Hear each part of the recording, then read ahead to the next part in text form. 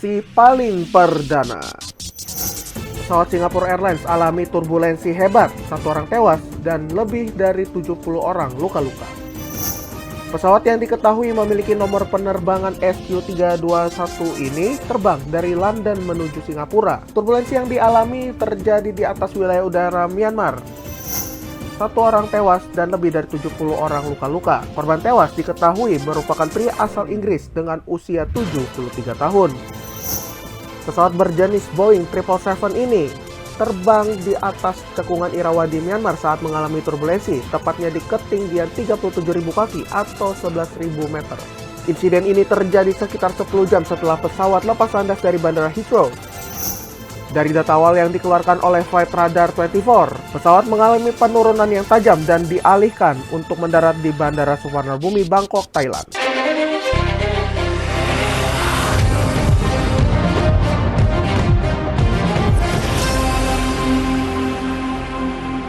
Selamat malam Indonesia, berita faktual dan terkini hadir dalam DNP Evening News edisi hari ini, Rabu 22 Mei 2024. Bersama saya Kevin Manoy, berikut fokus utama kami malam ini.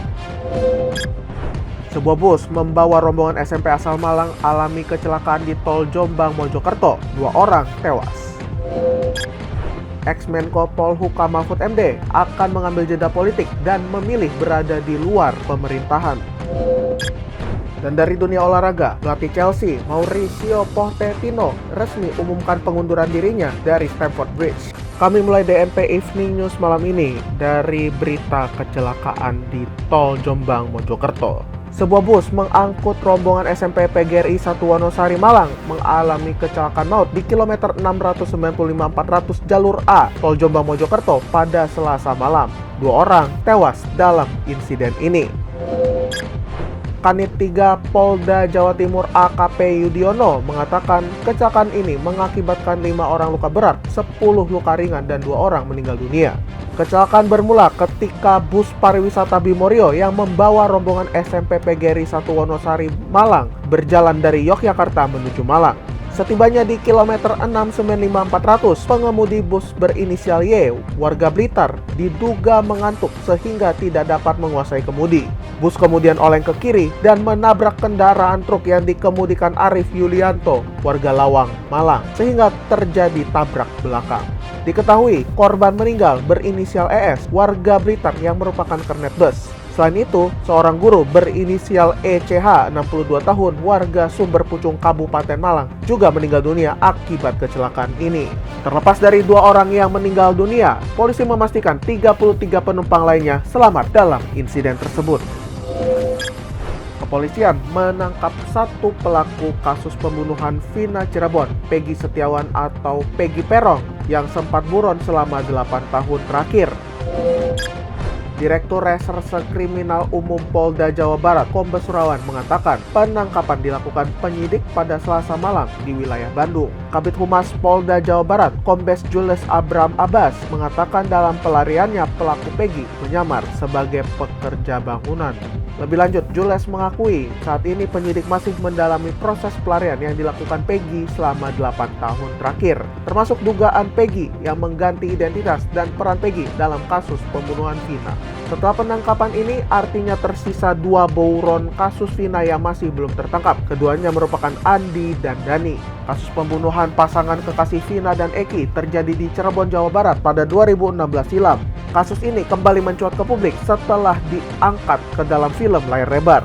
Pasca viralnya kasus ini, kepolisian menegaskan apabila kasus tersebut masih belum ditutup. Aparat juga mengakui masih terus mengejar ketiga pelaku yang masih masuk dalam daftar pencarian orang atau DPO. Dalam kasus tersebut, mereka yang sudah ditangkap yakni Jaya, Supriyanto, Eka Sandi, Hadi Saputra, Eko Ramadhani, Sudirman, Rivaldi Aditya Wardana, dan Saka Tatal. Dari ke-8 orang tersebut, 7 diantaranya dijatuhi vonis hukuman penjara seumur hidup, sedangkan 1 lainnya, yakni Saka, hanya divonis 8 tahun karena masuk dalam kategori anak berhadapan dengan hukum. Ex-Menko Polhukam Mahfud Mahmudin atau Mahfud MD menyatakan bakal mengambil jeda politik untuk kali pertama setelah 24 tahun. Salah satu bentuk jeda itu, Mahfud memilih berada di luar pemerintahan. Mahfud menyebut ia akan menepi sejenak dari dinamika politik pemerintahan dan akan menyaksikannya dari luar. Ex calon wakil presiden nomor urut 3 itu mengatakan bahwa ke depan ia akan memiliki lebih banyak kesempatan untuk merenung dan menyaksikan apa yang akan terjadi di negeri ini. Mahfud juga mengaku akan lebih banyak mengisi kegiatan di kampus dan berdiskusi dengan kelompok masyarakat sipil. Akan tetapi, Mahfud menegaskan yang lebih penting dirinya tidak akan berhenti bicara. Ia mengaku akan tetap menyampaikan pandangan dan sikapnya untuk memperjuangkan keadilan dan demokrasi.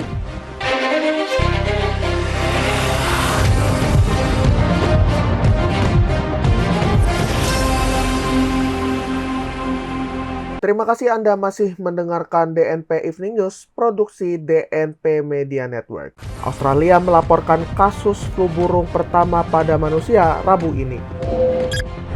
Kasus ini terdeteksi pada seorang anak yang menurut pihak berwenang telah terinfeksi di India, tetapi diklaim sudah sembuh total. Kasus flu burung di Victoria melibatkan virus H5N1, namun jenis virus ini tidak sama dengan virus yang menyebabkan wabah di Amerika Serikat. Jenis flu burung H5N1 telah menyebar ke seluruh dunia dalam beberapa tahun terakhir dan membunuh miliaran burung yang dibudidayakan maupun burung liar.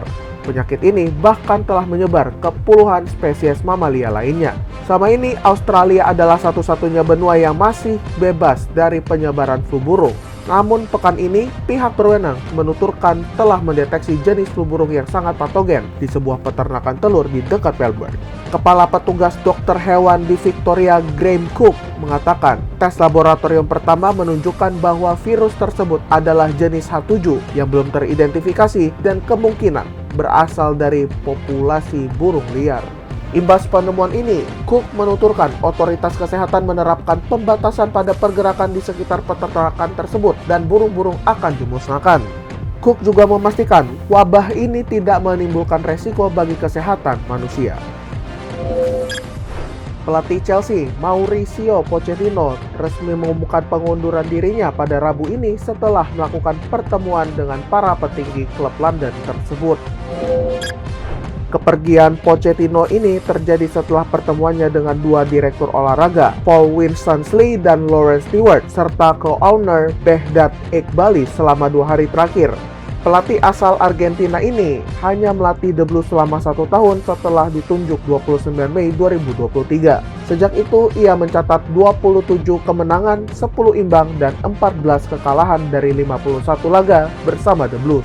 Namun catatan tersebut terbilang buruk setelah ia dibekali skuad mahal di bursa musim panas lalu. Chelsea mengeluarkan lebih dari 500 juta pound sterling untuk menggait banyak pemain, termasuk memecahkan rekor transfer saat mendatangkan Moises Caicedo dengan nilai 115 juta pounds. Pochettino dalam pernyataannya mengucapkan terima kasih kepada para petinggi klub karena telah memberikan kepercayaan untuk menangani Chelsea.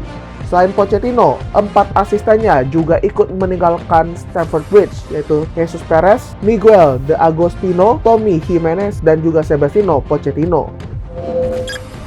Demikian DNP Evening News hari ini. Tetap dengarkan DNP Evening News setiap Senin hingga Jumat di platform podcast kesayangan Anda, sertakanlah YouTube kami, DNP Media Network. Kritik dan saran dapat Anda layangkan melalui surel kami, redaksi online @dnpmedia.my.id. Mewakili kerabat kerja yang bertugas, saya Kevin Nonoy, pamit undur diri. Selamat malam, Indonesia.